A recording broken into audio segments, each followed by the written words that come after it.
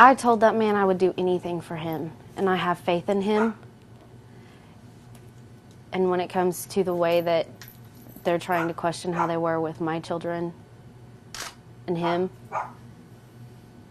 there's nothing bad to say about him in this situation. He's an excellent father with my children. They're attached to the hip.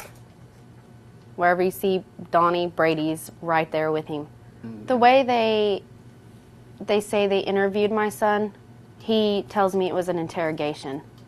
They repeatedly asked him the same question over and over and over again until he finally said that he went along with what they were saying. They didn't notify me and tell me where they were taking my son until an hour and a half after they had him. It was 1 o'clock in the morning when they were interviewing him. He was tired and hungry and ready to come home. He would have agreed to anything that was being told to him at that point. His girlfriend has told him from the beginning he didn't do anything to her daughter. But they want to say, yeah, he did. He's been crucified by the media. His face has been flashed up there. My grandson was taken in the middle of the night. He was asleep.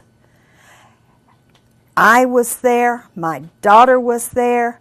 And they say that there wasn't any relatives with him. Yeah, there was.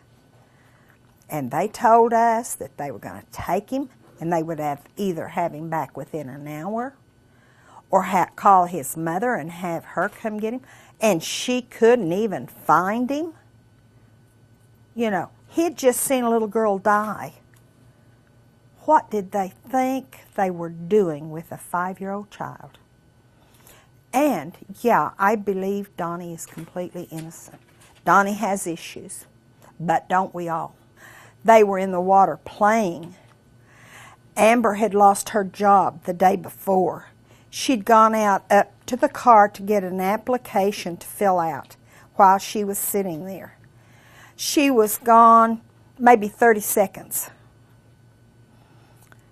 In the meantime, the kids were still playing. Donnie was playing, you know, and they decided it was time to go. So they had got the kids out, was getting them to the car.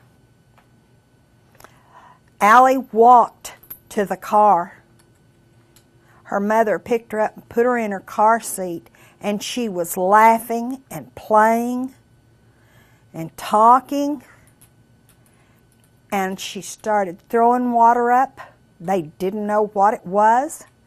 And her eyes rolled back, and Amber jerked her out of the car seat and started giving her CPR. And she yelled at Donnie, "Get us to the hospital."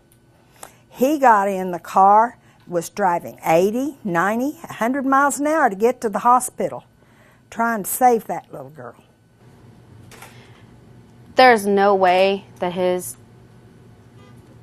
he could do something like this. There's no way.